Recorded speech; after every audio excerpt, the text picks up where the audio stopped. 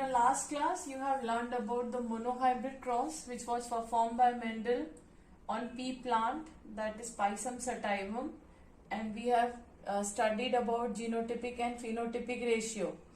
In our today's class we are going to learn about the dihybrid cross. Now let us see the definition part of the dihybrid cross. Di means two. So here we are going to study the inheritance of two characters at a time. I had already mentioned you the 7 contrasting characters and we have drawn the table also for those. Now we are going to select any 2 characters from the chart and then we are going to study the inheritance of those 2 characters from one generation to another generation. So let us frame the parents first. Let us take the character, the plant which is tall. So the another plant will be dwarf, and let us choose the another character, that is the flower color. So the tall plant is having the violet flowers, and say for example the dwarf plant is having the white flowers. So now we have taken the 2 characters which are present in the parent. So parent is tall with violet flower and dwarf with white flower. We are going to make a cross between these parents. So the next step that we are going to follow is the gamete formation. I had already mentioned you children, gamete is the haploid sex cell. Again and again I will remind you about the same definition. So you keep it in mind that whenever we talk about gamete, it is a haploid sex cell. So let us frame the gamete for this parent. It is going to be this, right? And here also same way, when we will frame the parent or the gamete, then it is going to be like this. Okay, this is haploid for tallness, this is haploid for violet, this is haploid for dwarf, and this is haploid condition for the white flower.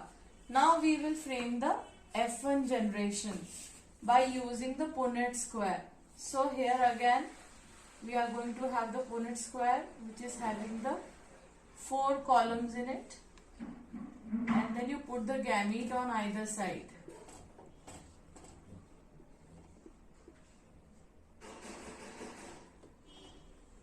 So all the individuals that you are going to obtain will be like this. This individual is known as hybrid, right? All the columns, when you will multiply, you will obtain the individuals like this. That is, all the individuals which you obtain in the F1 generation are the hybrids. And what will be the phenotype or appearance of these hybrid? All these plants will be tall with violet flower. We have already learned about the law of dominance, which says the character which is dominant will express in F1 generation. So when you see this 2 parent, the dominant character according to the Mendel chart is tall and violet. So in F1 hybrid, all the individuals are tall and violet. Now for obtaining the F2 generation, we are going to make a cross between the individuals which you have obtained in F1. So here we will take these 2 individuals and we will make a cross. So 2 hybrids we are taking and we are making a cross between these 2 hybrids. Now kindly see the gamete formation, that how the gametes will be formed for this hybrid. 4 different types of gametes will be formed. Now look at the things that I am doing. Multiply this capital V, capital T with capital V. Then again multiply this capital T with small v. Then you take small t, multiply it with capital V. Then again you take the small t and multiply it with small v. So each parent is going to form 4 type of gametes. Capital T, capital V, capital T, small v, small t, capital V, and small t, small v. These are the 4 type of gametes that are being framed by a hybrid.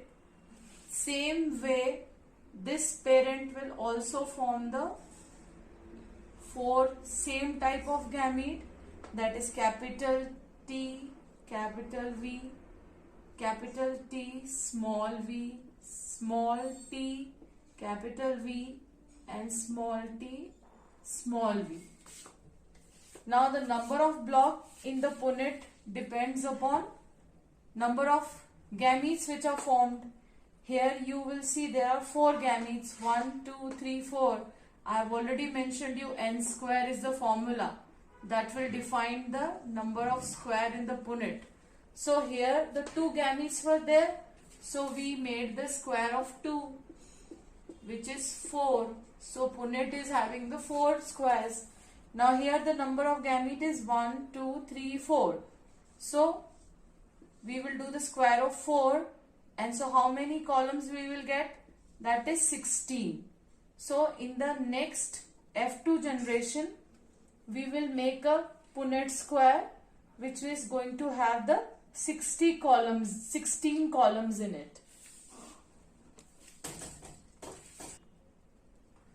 Okay, so let us see how the F2 generation is formed. For F2, again I am saying we are doing the selfing of F1. All the F1 individuals were hybrids, and then we framed these 4 type of gametes, and for punnet we had applied the formula n square, that is 4 gametes, so 4 square. So punnet is having the 16 columns. Now let us put the gametes.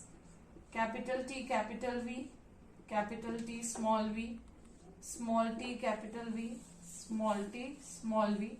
Here also the same gametes will be there. The other parent is also forming the same gametes, right?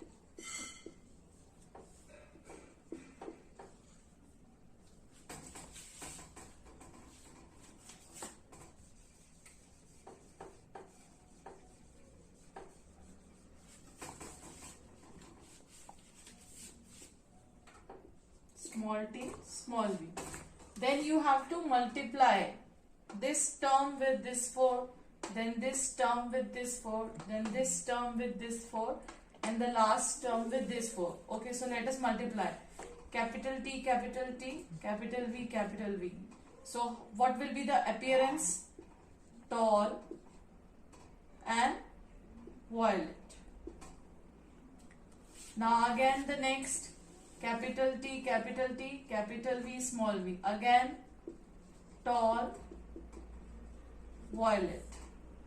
Now the third term, capital T, small t, capital V, capital V. Tall, violet. Now the last one, capital T, small t, capital V, small v. How it will appear? It will also appear tall and violet. So all the 4 individuals that are obtained by the combination in the first row is tall and violet. Wherever you will see this capital alphabet, then that means the expression of dominant character is going to take. Okay. Now let us come to the next part. Capital T, capital T, capital V, small v. Again, tall, violet. Now here the change will come. Capital T, small v, small v. So the plant will be tall, but the flower color is going to be white, because here the 2 small version of V are coming. Now next again, capital T, small t, capital V, small v. Again, tall, violet. And the last, capital T, small t, small v, small v. So the plant is going to be tall when it comes to height, and white flowers it will bear when it comes to color of flowers. Now we will do the next multiplication with the third type of gamete. Capital T, small t, capital V, capital V. Again tall and violet. Then capital T, small t, capital V, small v, tall, violet. Now there will be a change. Small t, capital V, capital V. So the plant is going to be dwarf or short and the flower color is violet. Now again small t, capital V, small v. Again the plant is going to be short with flower color that is violet. So now here you are seeing, children, that for expression of recessive character, both the alphabets which are small alphabets are coming together. Say it's white. As you see one capital V and small v, then it's the violet only. So for expression of recessive character, both the small alphabets are coming together. Here also see the plant has turned short or dwarf as soon as the two small t are together. Till the time one t is capital and other t is a small one, so the plant remains the tall. This is the phenotypic expression which is showing the dominant and the recessive character. Now for the last multiplication we are going. Capital T, small t, capital V, small v. The plant is again tall and violet. Now the next, capital T, small v, small v. So the plant in term of height is tall, but in term of flower color it becomes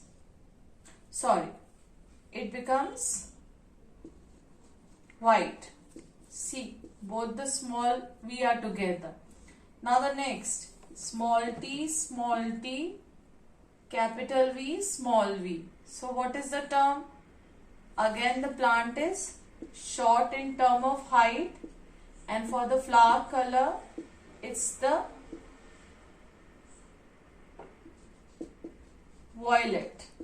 And the last is small t, small v, small v. That is plant is short with white color flower. So this is the complete Punnett for the dihybrid cross. Now when we look out for the phenotype, that is how the plant appear, then there are 4 different type of plants that you can see here. Tall violet, tall white, short violet and short white. So we are going to derive the phenotypic ratio. See, I have mentioned here tall violet, tall white, dwarf violet or short violet and dwarf white. Now when you will count, you will find there are total 9 individuals which are tall violet, 3 individuals which are tall and white, 3 individuals which are short and violet, and 1 individual that is dwarf and white. So this is the phenotypic ratio. So for example, if you obtain 1000 seeds by dihybrid cross, and if I ask you that how many seeds are going to be tall and violet, so you have to do what? You have to find out the 1/9 of 1000. That will give you the number of seeds that are going to show the character tall and violet, right? So this is the way the Mendel did dihybrid cross. Here he had made a study that how the 2 characters are getting transmitted from one generation to another generation. Okay, just now we have derived the phenotypic ratio of a dihybrid cross, that is 9:3:3:1 for the character tall violet, tall white, dwarf violet and dwarf white. On the basis of dihybrid cross, the Mendel gave his third law. We have already studied the two laws which are given by Mendel on the basis of monohybrid cross, that is law of dominance and law of segregation. And this third law of Mendel, that is law of independent assortment, is given on the basis of the cross, which is the dihybrid cross. And this law states that the gamete or gene for each character is independent of one another, and when the gamete formation occurs, each of them segregate. Now, how to explain this law? You have learned the gamete formation when we did the gamete formation for hybrid. In F1 individual, you obtain this hybrid, capital T, small t, capital V, small v, right? This was the hybrid that we obtained in F1 generation when we started or when we did the dihybrid cross. Now, when this hybrid had undergone the step of gamete formation, all these four genes, they were independent of each other, right? That is why what you did, you multiplied this capital T with capital V, then capital T with small v, then small t with this, and small t with small v. So we framed four different type of gamete in this step. Capital T, capital T, small v, small t, capital V, small t, small v. This is only possible when every gene or every factor is having the independent existence, and that is why during the gamete formation they are separating and they are giving the different combinations. But later on this law of Mendel also failed when the concept of linkage was considered. Now, what is linkage? That is, you are going to learn in your further classes. This concept is not related to 10th standard, so we will not go to that detail. So, out of three laws that we have learned for Mendel, that is law of dominance, law of segregation and law of independent assortment, only the second law, that is law of segregation or law of separation of gamete, is universally accepted till now. The remaining two laws failed because of other scientific concepts. Okay children, so this is the dihybrid cross and the phenotypic expression about the dihybrid cross. Thank you.